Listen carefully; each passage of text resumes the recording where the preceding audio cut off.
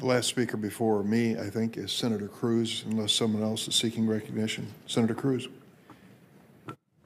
Thank you, Mr. Chairman.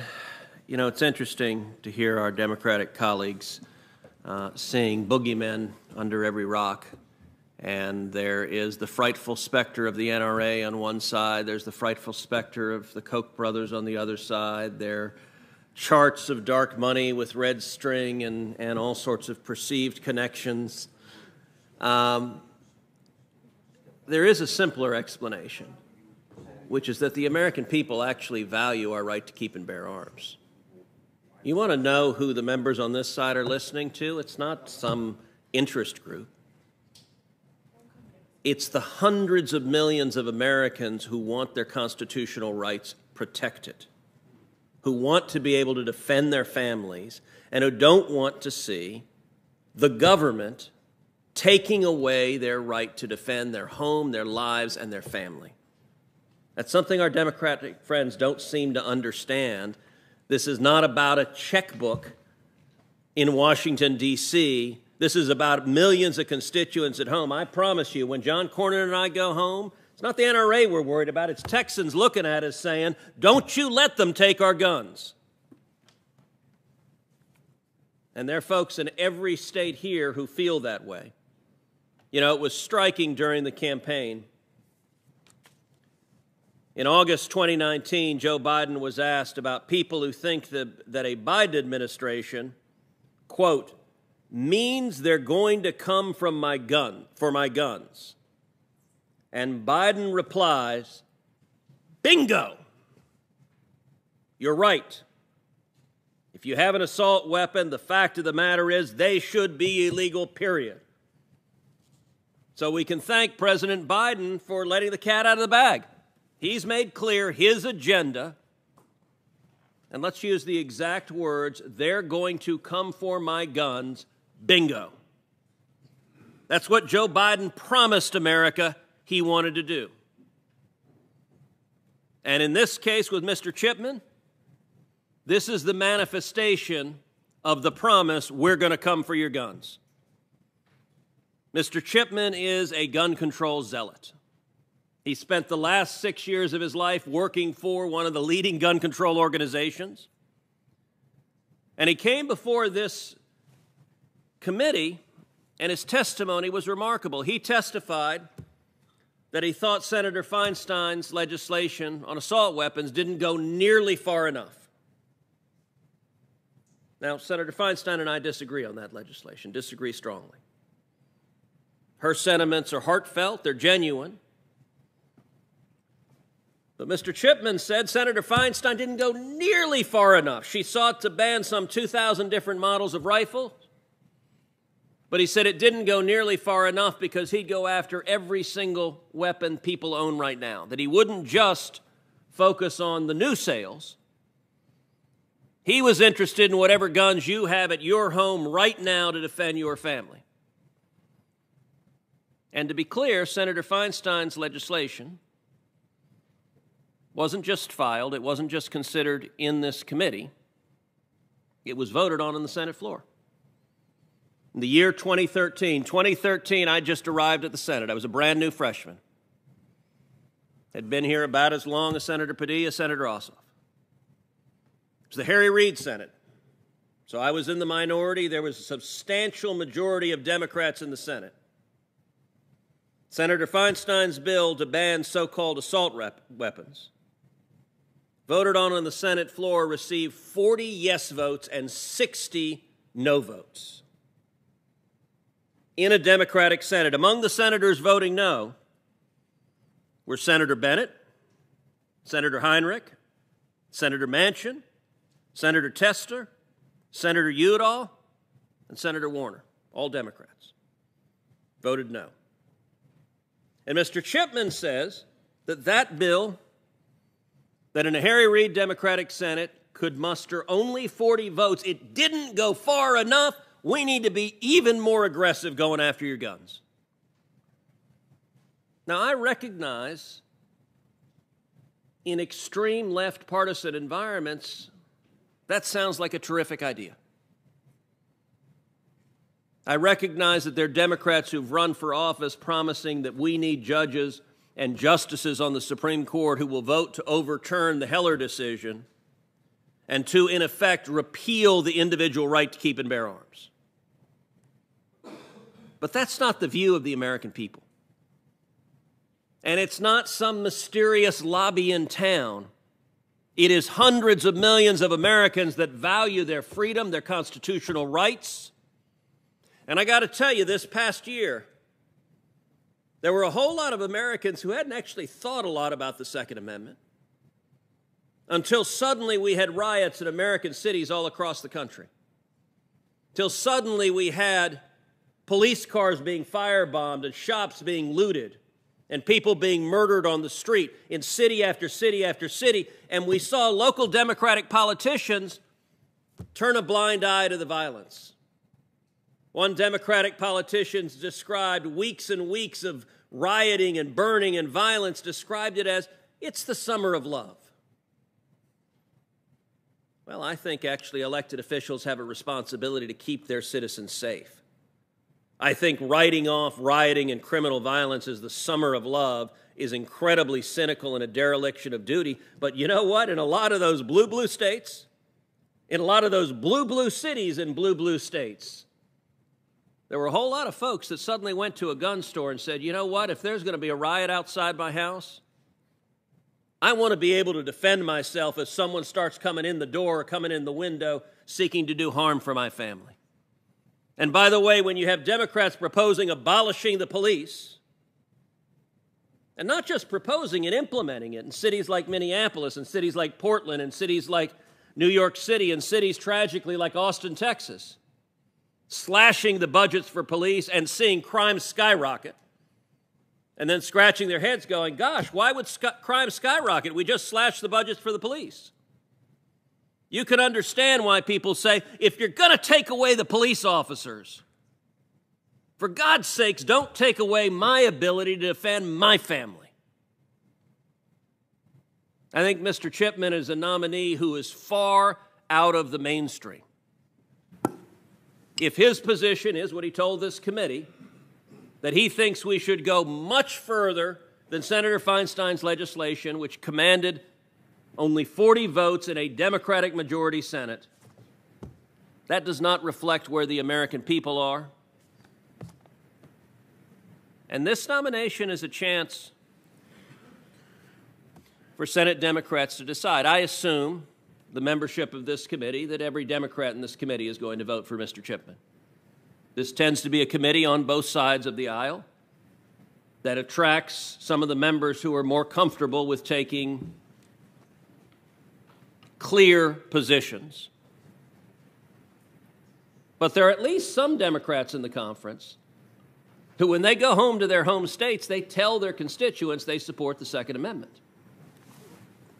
Some ways I'm grateful to President Biden for making this nomination because it's a clarifying moment. Every one of those Democrats who goes home and tells their constituents, no, I believe in the Second Amendment. No, I don't believe in confiscation. No, I won't ban guns. No, we shouldn't do that.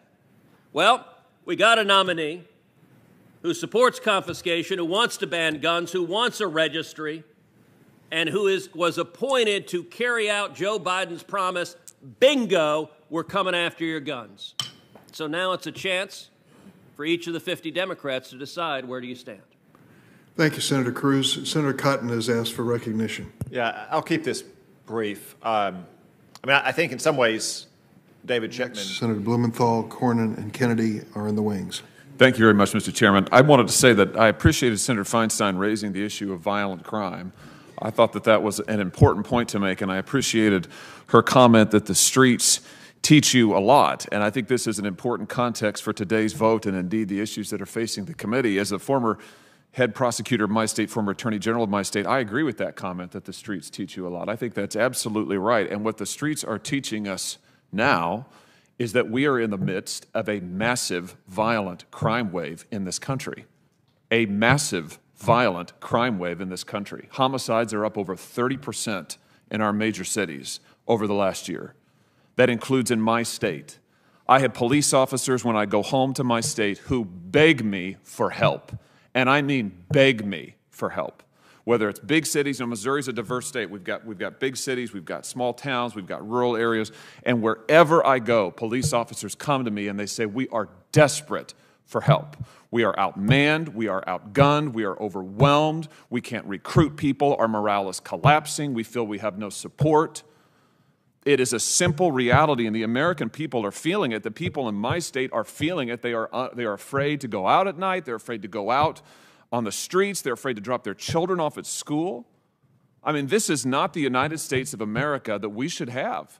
This is a pressing issue that is affecting every single American, and yes, every cop in America. And I hope, Mr. Chairman, I raise this because I hope this committee will soon turn to this issue of violent crime in our country, and do something about it, and do something to support the men and women in blue who are out there on the line. And I have to say that in this context, when Mr. Chipman says things like, with regard to the Secret Service, I asked him about this when he was sitting right over there. He said in 2012 that their, meaning the Secret Service, use of guns, shooting guns is not necessary. Interesting idea. He goes on then to say, we need to think of strategies like that, of just covering and evacuating in our schools. Now, he denied that he said that when he was in front of us. I don't know why, because it's on the record. We gave it to him as a QFR. I mean, you can go read the transcript yourself. My point is this. I don't think that our schools should be less safe. I can't vote for someone who says we ought to make schools in this country less safe in the midst of a crime epidemic. I don't know what I would tell the parents in my state. And when I look at Mr. Chipman's agenda, which is to take away Second Amendment rights from law-abiding citizens while violent criminals are loose on our streets, I just have to say, Mr. Chairman, I just respectfully disagree that that's the right agenda for us to have at this time. So I will not be supporting Mr. Chipman, and I hope that the committee will soon turn its attention to the epidemic of violent crime in our country. I hope we can find some solutions that we can agree on, and I respectfully submit, this is a question for another time, I respectfully submit that increasing officer pay and increasing the number of officers on the street is something where we might start. But for those reasons, I'll be opposing Mr. Chipman. Thank you, Mr. Chairman. Thanks, Senator Hawley. We have 3 senators seeking recognition, and I will close the debate at that point. We'll have a vote on Mr. Chipman at that moment. Senator Blumenthal is next. Cotton has asked for recognition. Yeah, I'll keep this brief. I think in some ways, David Chipman for President Biden is a perfectly suitable nominee because the Biden-Harris administration has already marked itself out as the most anti-gun and pro-crime administration in American history. President Biden gave a speech yesterday afternoon that was supposed to be about how to stop a crime wave that is crashing across this country with a murder rate that's increased in the single biggest jump on record over the last year. And what did he do? He basically threw in the towel. He said, yeah, I know that murders and violent crime went up a lot last year, and they went up a lot in the first few months of this year, but, well, crime goes up in the summer months too, so it's going to get even worse over the next 3 months. So I hope you don't get killed walking the streets of your community. And then what did he talk about? Did he talk about imposing tough sentences on people who commit crimes? Did he talk about adding more cops to the streets and quit attacking cops? No. He talked about gun control, about harassing law-abiding gun owners and gun stores, focusing on a kind of rifle that is less commonly used in murders in America than blunt objects like hammers and bats and frying pans and your bare fists. The vast majority of murders and crimes in this country are committed by pistols, which would be almost totally unaffected by some of the Democrats' proposals. So think about what Joe Biden wants to do.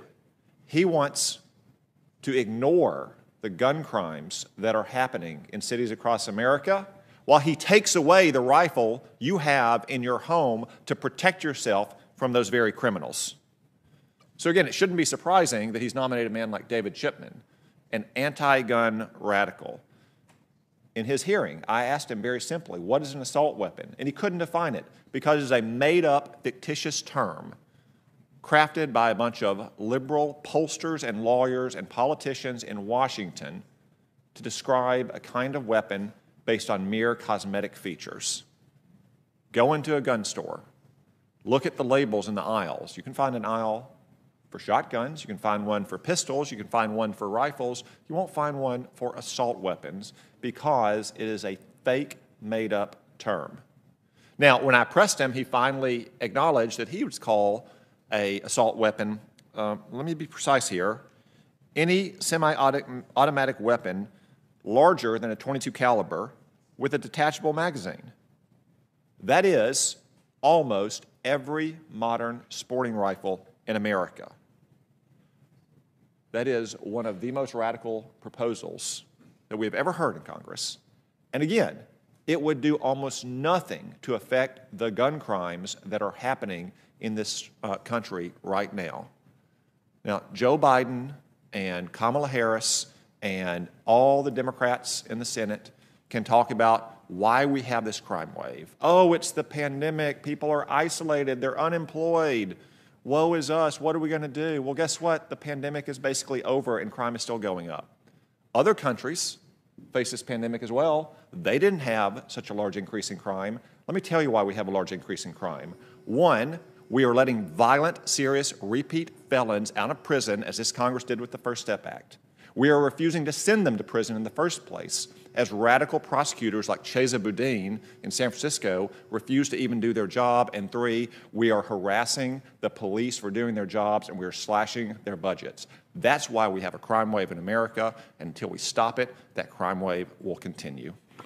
Thank you, Senator Cotton. A lot has been said about what Joe Biden believes. Let me read from a statement yesterday. I hope all of you have it, fact sheet provided by the administration addressing the issues of crime and how to deal with them. Let me read the opening paragraph page.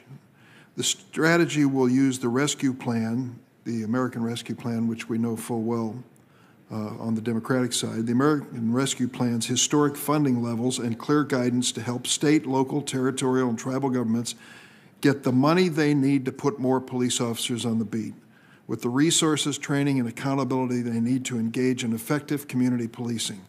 In addition to supporting proven community violence intervention programs, summer employment opportunities, and other investments we know will reduce crime. Page after page. Page 5, provide law enforcement the tools and resources they need to tackle gun violence. Does that sound like Joe Biden's throwing in the towel on law enforcement? No, not to me. It sounds like he's making an investment in law enforcement, which we all, at least I applaud, and I think is absolutely essential. You see, I represent the city of Chicago, and I'm proud to do it, but we are facing a wave of gun violence and death unheard of, and we're not the only place. And it isn't just because it's a blue mayor in a blue city in a blue state. It's happening in the downstate red counties and communities as well. Mr. President, last week I came down to the floor to discuss how the defund the police movement has contributed to the surging crime that we see around the country. And as I noted, the Democrat Party bears a substantial degree of responsibility for the situation we find ourselves in. Because this is a party that either actively contributed to defund the police rhetoric or implicitly endorsed it largely by staying silent. Now, however, Democrats have come to realize that attacking the police and the sharp spike in crime could hurt their electoral chances next year. And so the president and other Democrat leaders have all of a sudden announced their concern about rising crime rates. But as I said last week, they're still trying to have their cake and eat it too. Because missing from their messaging is any real condemnation of defund the police rhetoric and the toll it's taken on our cities and police departments. And their plans for confronting the surge in crime are long on punishing gun dealers and gun manufacturers, and short on going after those actually committing crimes. It's typical of Democrats, for whom fighting crime seems to involve controlling guns, specifically guns owned by law-abiding gun owners, more than it involves controlling criminals. What Democrats should be doing is training their attention on violent offenders, traffickers, and gangs in illegal straw purchases, not finding ways to saddle law-abiding gun owners with burdensome new regulations. Because it is not law-abiding gun owners who are responsible for most of the gun crimes in this country. The majority of gun crimes, Mr. President, are committed by individuals who obtained their guns illegally. which is why fighting these crimes should involve improving enforcement of our laws and increasing prosecution of those who violate them, not creating new laws that will only serve to further burden the constitutionally guaranteed Second Amendment rights of law-abiding individuals. Unfortunately, Mr. President, as I said, Democrats are following their usual playbook during this recent crime surge, which they seem to see as a convenient excuse for pushing some of their gun control priorities. The President recently delivered remarks on crime, and the first priority that he discussed at length was going after federally licensed firearm dealers. That's right, firearm dealers. Mr. President, while we can all agree that firearms dealers who violate the law should be punished, the rogue gun dealers that the President refers to are only responsible for a tiny fraction of the guns being used in crimes. Going after gun dealers is one of your top law enforcement priorities and not going to do much to stem the illegal flow of weapons or their use in crimes. Enforcement dollars and enforcement personnel are not endless, Mr. President, and you can waste a lot of money and a lot of man-hours conducting checks of law-abiding gun dealers while criminals continue to use their illegally obtained weapons unchecked. Mr. President, nowhere are President Biden's priorities more clear than in his choice of nominee to lead the ATF, which is the Bureau of Alcohol, Tobacco, Firearms, and Explosives. David Chipman would come to the ATF directly from an organization where he has spent the past 5 years as a gun control advocate. He's well known for his, at times, extreme views on gun control and restricting the Second Amendment, including his support for banning probably the most popular rifle in the United States. He supports a so-called assault weapons ban, which usually refers to banning certain guns for their accessories and their appearance of lethality. But alarmingly, he could not give a clear representation of how he would define such a policy in his confirmation hearing. Equally as troubling is Mr. Chipman's clear disdain for gun owners. He claimed that most individuals with concealed carry permits are either untrained or irresponsible. During the pandemic, he mocked law-abiding gun owners and condescendingly said that first-time gun owners should put their guns away in their cabinets behind the beef jerky that they presumably have been saving for the apocalypse, and only take out the weapons if, quote, the zombies start to appear, end quote. Mr. President, I appreciate Mr. Chipman's long service as an ATF special agent, but I have serious concerns that as the head of the ATF, he would spend more time going after law-abiding gun owners than actual criminals. The fact that he spent years as a gun control advocate gives us pretty strong indication of what his priorities are likely to be if he ends up heading this bureau. Now, while Mr. Chipman couldn't make new gun laws as head of the ATF, he would certainly, or I should say he could certainly have a hand in writing a whole lot of new regulations.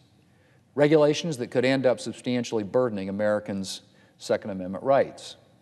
ATF has already gotten underway with the Biden gun control agenda with proposed rules against firearm parts, kits, often used by hobbyists, and widely used stabilizing braces, often referred to as pistol braces, first designed to help a disabled veteran safely fire a weapon.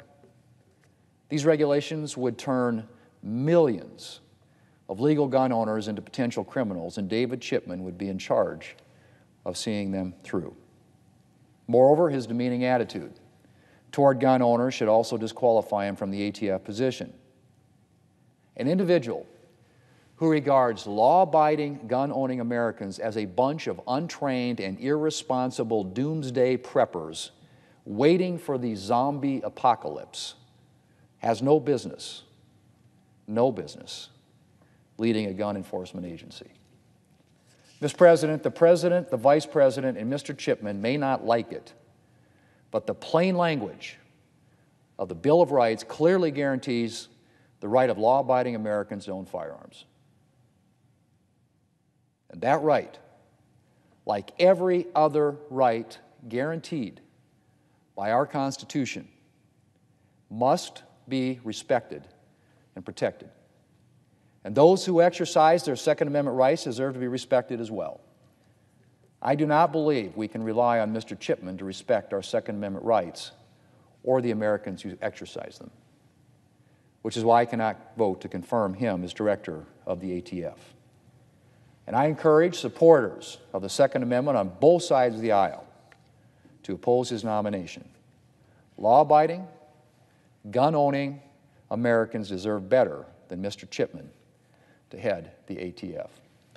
Mr. President, I yield the floor. Without objection. Thank you, Madam President. I come to the floor at this point, Madam President, to oppose the nomination of David Chipman as Director of the Bureau of Alcohol, Tobacco, and Firearms. David Chipman is an anti-gun extremist who would politicize one of the world's greatest law enforcement agencies, the ATF. If confirmed, he would be the most radically anti-gun director in the ATF history. David Chipman's views are completely out of touch with those of the American people.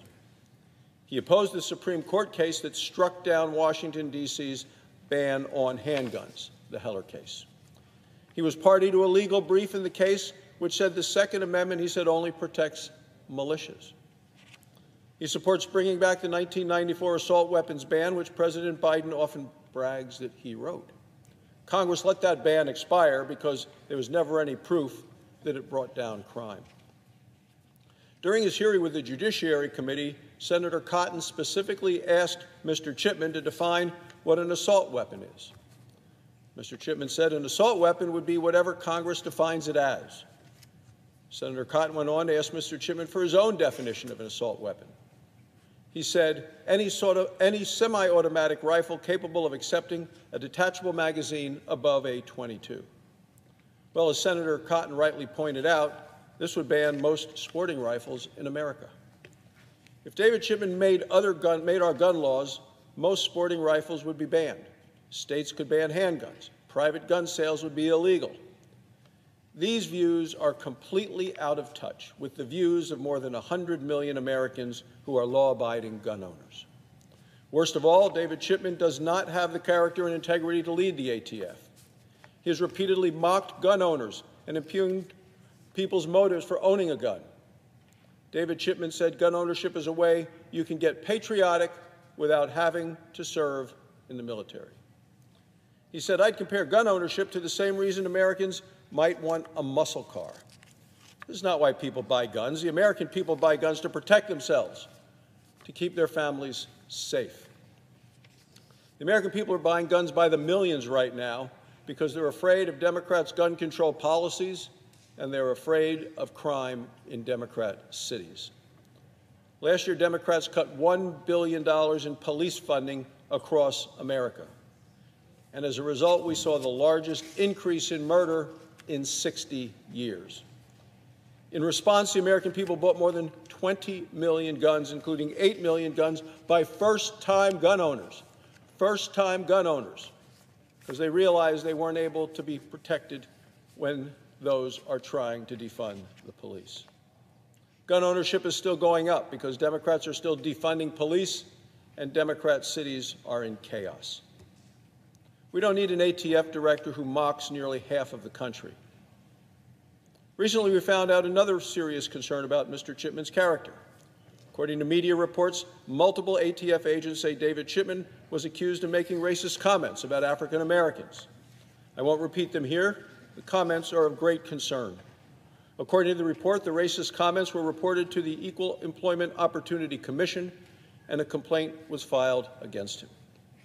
Republicans on the Senate Judiciary Committee have called for another hearing in light of this new information that has come out. I commend my colleagues for their due diligence. Yet I don't think another hearing is necessary. What is necessary is for President Biden to withdraw this nomination. Plenty of qualified Democrats out there who could be nominated to do this job. The men and women of the ATF deserve a leader with integrity and with respect for the Second Amendment to our Constitution. More than 100 million legal gun owners in this country deserve it, too. Thank you, Madam President, and I yield the floor. I tell my colleagues here why I'm going to vote against 3 nominees and for 2 nominees. I'd like to discuss another person that's still before the committee that we haven't taken action on, and that is Mr. Chipman, and I'm going to comment on that because there's been some recent press reports about his nomination and about the individual, and I think everybody understands that there's a big gulf between what Republicans think about Mr. Chipman versus what Democrats think about him. My colleagues and I have sent Chairman Durbin 2 letters requesting that he be brought back before the committee for further questioning. As we noted in our most recent letter, it seems every day there's new information concerning how unfit this individual to be head of ATF. Yesterday, we learned that Chipman failed to disclose a TV hit that he did with a Chinese government station. Now imagine if a Trump nominee had gone on the program called Russia Today to criticize Obama policies. That is what this nominee and his interview was like. The video is on the internet for anyone to see. In it, he simply nods along as Chinese propagandists paint the United States as a violent war zone. His position in the video, his positions don't seem all that different from what he says often. But it's one thing to criticize the laws and cultures of your country to a domestic political audience. It's another thing entirely to do so in the service to foreign antagonists. A country that puts Uyghurs in concentration camps, a country that executes people to harvest their organs and sell them. The Chinese Communist Party isn't interested in reforming America's gun laws. It's interested in weakening its primary global competitor by sowing political discords. This should be obvious, and yet apparently it wasn't obvious to Chipman. He needs to address this, and perhaps he would have last time had he not left the appearance of in this video off his questionnaire. Just last week, we also saw corroboration of allegations that Mr. Chipman had made racially insensitive comments while in Detroit. The chairman shot the messenger, as it were, by dismissing the corroboration as having come from pro-Second Amendment websites, but in fact is that there are numerous agents, current and former, on and off the record, who attest to these allegations as well as problems with Chipman's time in Detroit. So, to be very clear, we didn't call for further committee action until these rumors were corroborated by independent reporting. Now that we have that corroboration, we should hear from Chipman about his time in Detroit, and the chairman should help us get the secret documents we need from the Justice Department to see what really happened at the time period in question. Sunshine is the best disinfectant after all. As I've said many times, my constituents are very concerned about Mr. Chipman, and it is a sentiment that I also share. But these corroboration allegations and his Chinese propaganda video go beyond Mr. Chipman's policy views to character, effectiveness, and judgment. If the administration is going to insist on this nominee to lead ATF, I think the committee needs, at a minimum, to ask him more questions. Now, turning to today's nominees, and as I start out, Mr. Chairman, judicial canons aside or not, I will be voting for Myrna Perez. While she seems very sincere in her progressive views, I think she's pretty clearly the most outspoken liberal judicial nominee we've seen in this administration, and of course that's saying something. Senator Schumer spoke of how she will forcefully advocate for righteousness of her causes to other judges on the Second Circuit. That doesn't sound like the role of a judge to me. That should be disqualifying. Chairman Durman said her article published the night before her hearing, slamming voting integrity legislation, was the sort of thing he could say in the speech on the Senate floor. As Senator Cotton observed, that doesn't make the point my friend, the chairman, intended to make. She's not running for partisan political positions. The fact is that Ms. Perez did nearly 20 events or articles on highly controversial questions of law and policy while being vetted by the Justice Department for this position. She's even attacked an amicus brief by committee Republicans weeks before she knew her nomination would be in front of us. Did she not care? At least trying to look impartial. Did she just assume she could count to 51 without us? Was she so passionate she couldn't help but speak her political mind? To me, there is no explanation for the truly brazen behavior that doesn't reflect poorly on Ms. Perez's judgment and cause me to question her protestations that she'd put all this aside as a judge.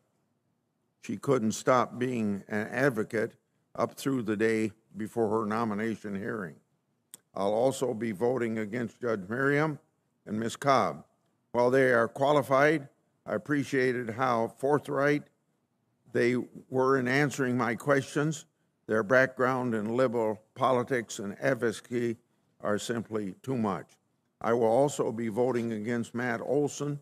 Like many of President Biden's Justice Department nominees, Mr. Olson had an admirable career as a non-political public servant until President Trump took office. Then it's like the switch got flipped, and he suddenly was full-blown partisan, a member of the resistance. I'm skeptical that return to power, that switch will get flipped back. Lastly, I will be supporting Judges Pan and Williams.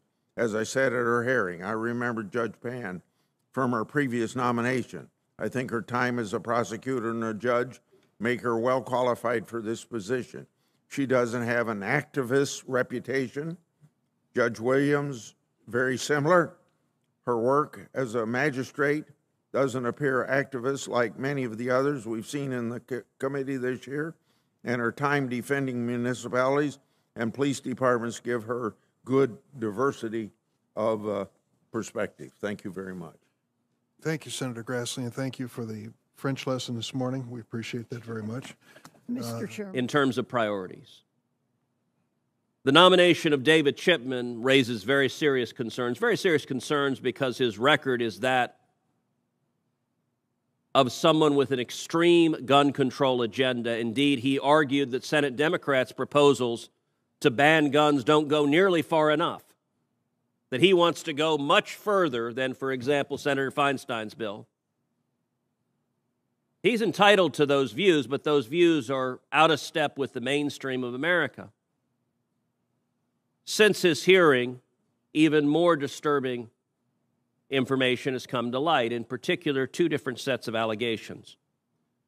One, an article from The Reload, July 28, 2021, entitled, "ATF Agents Corroborate Existence of Racial Complaint Against Biden Director Nominee, Fear Reprisals, and Hit to Agency Effectiveness." And the article says, multiple ATF sources back up the existence of a complaint alleging President Biden's nominee to lead the ATF, David Chipman, made racist comments during his previous stint at the agency. The article goes on to quote one of those ATF agents, quote, "He made some comments that he was surprised by the number of African Americans who have made it onto a specific promotional list. So his insinuation was that they had to have cheated, which is kind of despicable. The article further quotes an ATF agent as saying, quote, "He left Detroit because of that. He did not leave Detroit on the best of terms. His reputation was that he was not nice to people." These are troubling allegations, and yet the chairman of this committee has said it's not worth the committee's time to have a hearing and to let Mr. Chipman answer these allegations. Apparently, Senate Democrats do not care if he made racist comments in his role in office as a supervisor. They do not care if he created a racially discriminatory and hostile environment by making racist comments. Now, he may have a defense on this, but if he does, we don't know it because this committee can't be bothered to have a hearing and ask him. So what this committee is saying is that allegations of racism, if you're a partisan Democrat, no problem at all. Not even worth asking about. Secondly, another story that is broken. This is from a story in Fox News on August 5th, 2021, entitled "Biden ATF Nominee Chipman Failed to Disclose Chinese State TV Hit Used as Propaganda by the Communist State." And it explains that, quote, "President Biden's nominee to head the Bureau of Alcohol, Tobacco, Firearms, and Explosives failed to disclose to the Senate a media appearance on Chinese state TV, which may have been used as propaganda by the communist state to cover up a mass stabbing of children." Now, the chairman defended that as saying, well, other people have gone on state TV, perhaps. Did Mr. Chipman know that he was going on a communist propaganda show? Did he know that it would be used as propaganda to tear down America? Did he know that it would be used as propaganda to cover up the atrocities in communist China? We don't know. We don't know because this committee hadn't had the chance to answer them, and what the committee leadership is saying is they don't care. Doesn't matter. Truth doesn't matter. We got a partisan agenda to do. Don't bother us with actually doing our jobs. And so I would ask unanimous consent that both of these articles be entered into the record. Without objection. And it's not enough that Joe Biden is inviting MS-13 across the border illegally to move in next door.